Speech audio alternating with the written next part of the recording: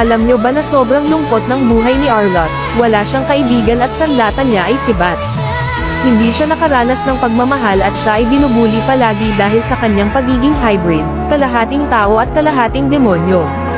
At nang dumating si Alice sa kanilang lupain upang humanap ng miyembro para sa puwersa ng mga demonyo ay sumali si Arlott. Kinuha siya ni Alice at dahil sa kanyang lakas sa pakikipagdigma di nagtagal ay hinirang siya bilang kapitan ng kanilang puwersa. Ngunit trinidor pa din siya kahit siya ay nasa panig na ng mga demonyo dahil siya ay kalahating tao.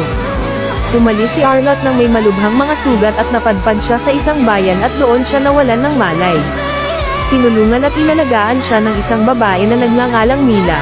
Unti-unting nabago ng kabutihan ni Mila ang pananaw ni Arlott sa mga tao. Sa paglipas ng panahon ay madaming natutunan si Arlott kay Mila at isa na dito ang pagiging mabuting tao. Napakasaya ng bawat sandali nila na magkasama at binigyan siya ni Mila ng isang kwintas. Ito ay tanda na mabuting tao si Arlott.